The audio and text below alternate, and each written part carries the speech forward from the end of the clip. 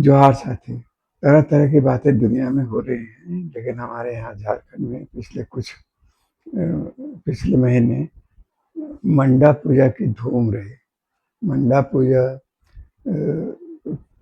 इन्हीं महीनों में होता है, लेकिन कोई उसका फिक्स तारीख नहीं है कि इस तारीख को सब जगह होगा।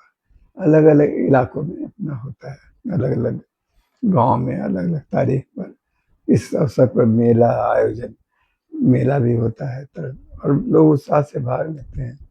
जिनको सीधा मंडप पूजा में बहुत ज़्यादा दिलचस्पी नहीं भी हो, वो मेला का आनंद उठाते हैं। तो चलिए जो भी हो, और कहा जाता है कि भगवान शंकर के अपमान से पीड़ित होकर उनकी पत्नी ने जो आत्मदाह कर लिया था, उसी की स्मृति में ये किया जाता है।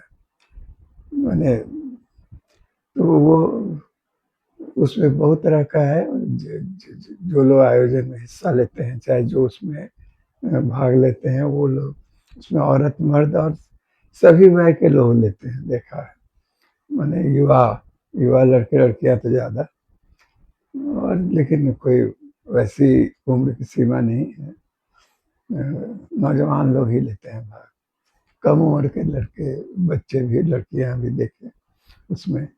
तो और तो बहुत कुछ है उसमें, तरह तरह का कर्मकांड, तरह तरह की व्यवस्था, पूजा का विधान कैसे कैसे होता है, जैसा कि, लेकिन सबसे उसका लोमहर्षक जो उसमें जो आपको थोड़ा सा अजीब लगेगा कि जलते अंगारों, माने एक खाई खोद दी जाती है जिसमें सुलगता रहता है कोयला, और वो और उस पर जो जो जो जो उसके भक्त हैं उस पर चलते हैं उसमें।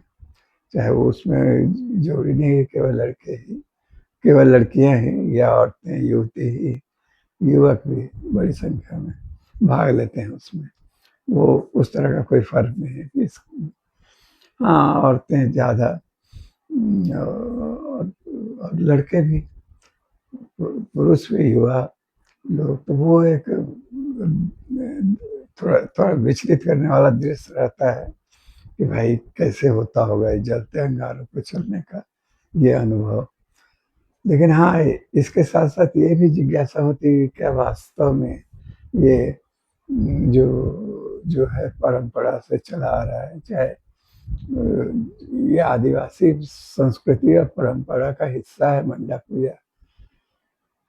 क्योंकि आदिवासी संस्कृति के बारे में मेरे मन में जो है हमेशा से एक धारणा है कि ये श्रम और आनंद की संस्कृति है। यह जो पूजा और इस तरह का जो होता भी है, प्रकृति पूजक हैं आदिवासी, खुले प्रांगण में साल वृक्ष के नीचे पूजा करते हैं, और बलि वगैरह थोड़ा बहुत देना, ये वो है, बहुत सीधा सरल तरीके से वो पूजा होती है। और उसमें भी जो है कि उसमें ईश्वर से, या मैंने जो भी प्रकृति से के अवदानों के प्रति एक तरह का कृतज्ञता, आभार व्यक्त करने का ज़्यादा परंपरा है। और ज़्यादा से ज़्यादा ये कामना कोई व्यक्तिगत उसमें वो ये नहीं रहता है कि हमको ये दे दो, नौकरी दे दो, रोज़गार दे दो, और माने व्यक्तिगत चीज़ों की आकांक्षा उसमें ज़्यादा, धन संपत्ति दे दो, माने मिले, इस तरह की कामना ईश्वर से नहीं की जाती है। वो पूरे समाज के लिए, यहाँ अच्छी बारिश हो, अच्छी फसल हो, हमारा खलिहान, और ये और धन से पूर्ण हो, समाज में सभी जीव जंतु सुखी हों, इस तरह की भावनाएं आमतौर पर होती है। अच्छे बारिश की कामना की जाती है, या जो हुआ, जो प्रकृति से मिला उसके लिए आभार व्यक्त किया जाता है, ये है उसमें। लेकिन ये जो मंडा पूजा है, इसमें वो ऐसा नहीं है। कहा जाता है कि हाँ, जो लोग इससे भाग लेते हैं, कुछ मन्नत भी रखते हैं, मानते हैं कुछ मन में, और कि वो, और उसके बाद वो करते हैं उसमें।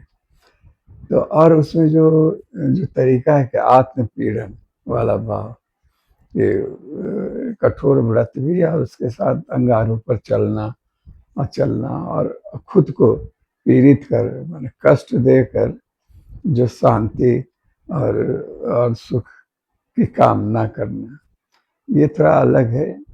और ये आदिवासी परंपरा का हमको तो नहीं लगता है ये जो पता चला कि सदान या महतो समुदाय के लोग जो या झारखंड में ही बसे जो गैर आदिवासी समुदाय के लोगों में इसका प्रचलन था और इस पर बहुत कुछ हिंदू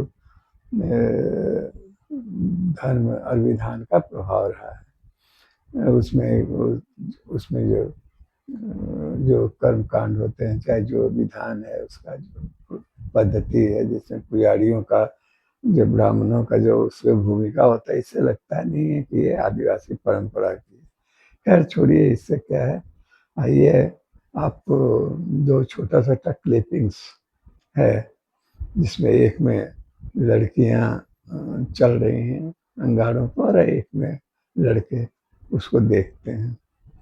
और आप भी विचार कीजिएगा, देखिएगा कि क्या ये वास्तव में आदिवासी संस्कृति और परंपरा की है या ये भी धीरे धीरे जो हिंदू धर्म का प्रभाव है उसी का एक असर या एक नमूना है। धन्यवाद। जोहार साथी।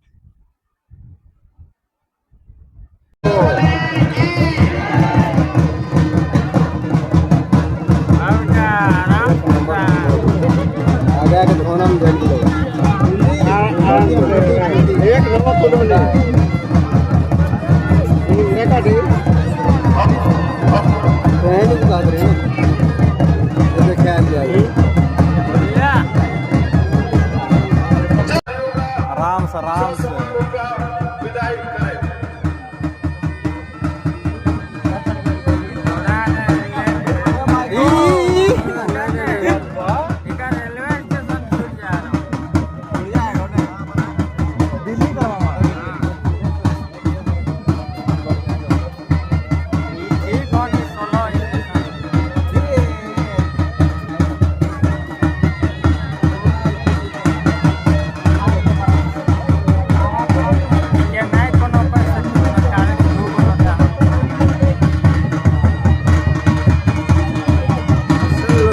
कैसे जाएगा यार, समझ में ना पानी गिराओ ना काची लोटा गिर जाओ लट्टे कैसे जाए नहीं मन में आधा तो रहे हमें तो बम गिरा गिर जाए।